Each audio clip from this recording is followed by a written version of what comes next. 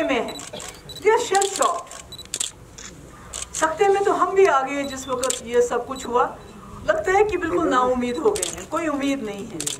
तो इसलिए मैंने, वो भी एक वजह है कि मैं एक तो आपसे बात करना चाहती थी, आपकी सवालों की बौछार का सामना करना चाहती थी, और उसके साथ साथ अपने लोगों को एक पैगाम देना चाहती थी मैं, जो जम्मू कश्मीर के लोग हैं उनको एक ये पैगाम देना चाहती थी मैं कि चोर कितना भी बड़ा हो, डाकू कितना ही बड़ा हो, कितना ही खूंखार हो, उसके पास कितने ही हथियार हो, मगर जब वो डाकाजनी करता है तो उसको वो माल लौटाना पड़ता है। उसके बाद बोला कि हम मुफ्त के वैक्सीन देंगे, मगर आज वजीर आजम को, नरेंद्र मोदी जी को फिर 370 की बात करनी पड़ी वोट के लिए। यानी हमें समझना चाहिए कि ये सरकार जो इस मुल्क के मसले मसाइल हैं उनको सुलझाने में नाकाम हो गई है।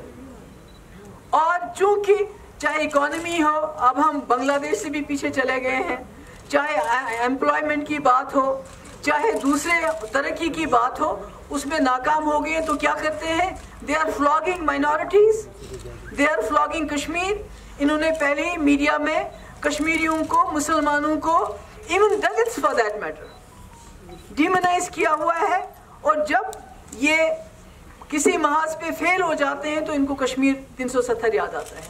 तो मेरा ये कहने का मकसद है कि हमारी लड़ाई 370 के लिए जरूर है, मगर जो मसले कश्मीर है, मैं आज उनको बताना चाहती हूँ जो दिल्ली में बैठे हैं, दिल्ली दरबार में लोग हैं।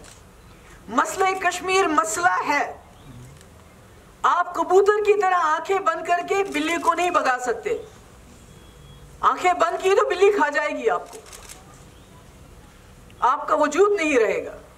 इसलिए मेरी पार्टी जो हमने मुफ्ती मोहम्मद सईद साहब ने 99 में बनाई थी, जिसका सबसे बड़ा मकसद है कि जम्मू कश्मीर को इस दलदल से निकाल के इस रीजन के अंदर एक पुल बनाना है, अमन का पुल। और जब आज देखते हैं चाइना एक तरफ से हमारे बॉर्डर्स पे है, दूसरी तरफ से पाकिस्तान के साथ हम धक्कम धुक्की कर रहे हैं, तो ऐसे में मुझे लगता है मुफ्ती साहब का जो वो इरादा था, मुफ्ती साहब का जो एजेंडा था, मुफ्ती साहब का जो विजन था, दैट कि जम्मू कश्मीर के तमाम रास्ते खोल दिए जाएं, इसको एक पुल बनाया जाए, इसको सार्क का फोकस बनाया जाए, जो सार्क कंट्रीज है, इसके जो इतने सालों से जो मसले मसाइल लटके हुए हैं उनको डायलॉग के जरिए हल किया जाए। तो मैं समझती हूँ कि जो लोग ये समझते हैं कि ये भूल जाएंगे मसले कश्मीर, थोड़ी बहुत 370 की बात करेंगे, उसको भी भूल जाएंगे, फिर स्टेटहुड की बात करेंगे, उनको गलतफहमी है। ऐसा कुछ नहीं होगा। यहाँ के जम्मू कश्मीर के मसले के लिए हजारों नौजवानों ने यहाँ कुर्बानियाँ दी। वो कुर्बानियाँ हम बुलाने नहीं देंगे, वो कुर्बानियाँ रायगा होने नहीं देंगे हम, चाहे कुछ भी हो जाए। आज तक यहाँ के लोगों का खून बहा, अब मुझे लगता है हम जैसे लीडर्स के खून की बारी है। हम कोई तशद्दुद नहीं चाहते हैं, हम कोई वायलेंस नहीं चाहते हैं, हम नहीं, क्योंकि वो लोग वायलेंस चाहते हैं, वो लोग डिसरप्ट करते हैं हर चीज को। जब से उन्होंने 370 हटाया, उन्होंने कोई कसर बाकी नहीं रखी ऐसे कानून यहाँ नाफिज करने की जिससे जम्मू कश्मीर के लोग इश्तियाल में आ जाएं। वो उर्दू जबान की बात हो, वो डोमिसाइल लॉ की बात हो, वो सेक्रेटरीट में मुसलमान ऑफिसर्स को दरकिनार करने की बात हो, वो हमारे यहाँ के जो वसाइल हैं, सैंड, रेत, ये भी नहीं छोड़ी इन लोगों ने हमारे लिए। यानी इन लोगों को जम्मू कश्मीर के लोग नहीं चाहिए। जम्मू कश्मीर के लोग इनके लिए गैर जरूरी है। They are expendable. The people of Jammu Kashmir are expendable for them. What they want is a territory.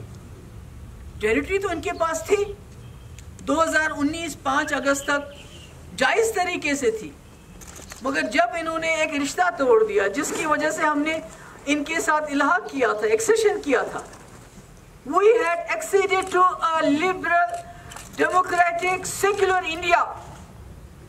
Let me tell them, we are not comfortable, we are not compatible, we are incompatible to today's India जो इस वक्त इन्होंने बनाया है, जहाँ minority safe नहीं, जहाँ दलित safe नहीं है, जहाँ जम्मू कश्मीर के इज्जत आबरू पे डाका डाल के हमें बेइज्जत करने की कोशिश की गई। We are not comfortable. इनको सोचना पड़ेगा, आज नहीं तो कल इनको सोचना पड़ेगा कि ये मुल्क हिंदुस्तान की कॉन्स्टिट्यूशन पे चलेगा, ये बीजेपी के मैनिफेस्टो पे नहीं चलेगा। अगर ये खुद ही अपने कॉन्स्टिट्यूशन को दरकिरार करना चाहते हैं, उसको डेसिक्रेट करना चाहते हैं, तो ये कैसे एक्सपेक्ट करते हैं जम्मू कश्मीर के लोग उस आईन को मानेंगे जो उन्होंने खुद खत्म किया, अपना आईन खत्म किया, हमारा आईन खत्म किया जो इस मुल्क के आईन ने हमें दिया था। तो मेरा मकसद ये है कि मैं चाहती हूँ कि हमारे लोगों को नाउम्मीद नहीं होना चाहिए, उम्मीद रखनी चाहिए। इंशाअल्लाह मुझे याद है कि जब मैंने पहली बार उड़ी के, मैं कांग्रेस में थी, मैंने एक जलसे में तकरीर की थी कि ये रास्ते खोल दीजिए, यहाँ से हमारा मेवा जाना चाहिए, वहाँ से पैसा आना चाहिए। जब मैं घर आई तो एक्सेलशियर ने ये रिपोर्ट किया था, आई थिंक अहमद अली फयाज साहब ने ये मेरे साथ इंटरव्यू किया था या मेरी तकरीर को कोट किया था। तो जब मैं घर आई तो शाम को मुफ्ती साहब मुझसे नाराज हो गए। उन्होंने मुझे कहा, ये आपने क्या कहा, ये क्या शोशा आपने डाला। ओके, पहले उन्होंने उनको लिख के दिया था कि हम क्या करेंगे, कैसे करेंगे। This is a long drawn fight, ये बहुत लंबी लड़ाई है, इसमें हमने लड़ना है और सब लोगों को लेके लड़ना है।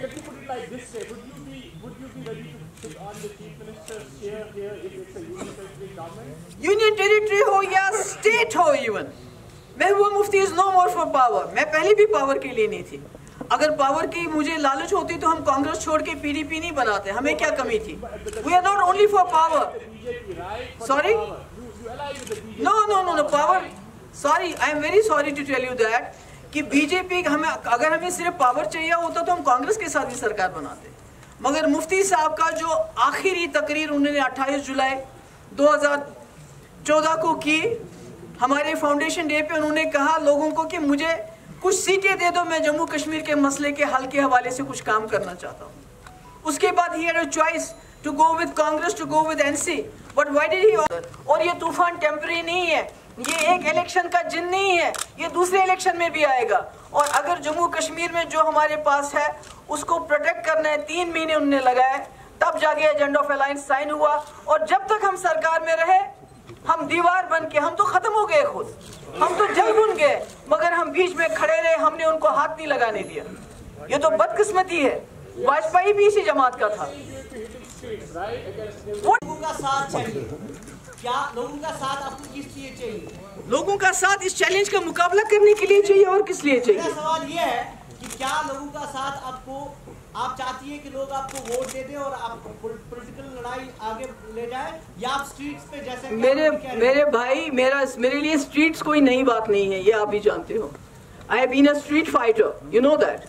और मैंने पहले भी कहा, जाती तौर पे, जाती पार्टी के वर्कर से मिलके बात करेंगे हम, फिर पीपल्स अलायंस की पार्टी मिलेंगे, हम आपस में बात करेंगे। जो इलेक्शन का, जहां तक मेरा जात का, महबूबा मुफ्ती की जात का सवाल है, I have no interest in elections. Let me tell you that. मैं जो आईन जिसके अंदर मैं इलेक्शन लड़ती थी, जब तक वो आईन हमें वापस नहीं होता, Mehbooba Mufti has got nothing to do with the elections. Let me tell you that.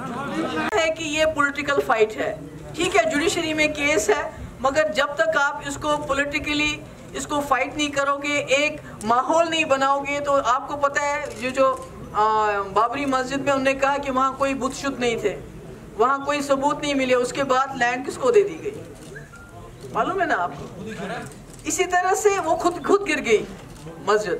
तो इसका मतलब है कि बाहर जो इन्होंने माहौल बनाया बीजेपी ने मंदिर के हक में, उसका भी कोई ना कोई रोल बनता है। इसलिए बाहर जो हम माहौल बनाएंगे, सुप्रीम कोर्ट को तो इसको एंटर ही नहीं करना चाहिए था पहले, जब उन्होंने जो पहले, क्योंकि इसका फैसला संपत प्रकाश में हो चुका है, कई बार इसका फैसला हो चुका है कि इसके साथ आप छेड़छाड़ नहीं कर सकते हो। आज सुप्रीम कोर्ट ने इसके बारे में, जो इसके खिलाफ रिट पिटीशन जब दाखिल हुई थी 35 और 370 के खिलाफ, तो वही गलत था एक हिसाब से।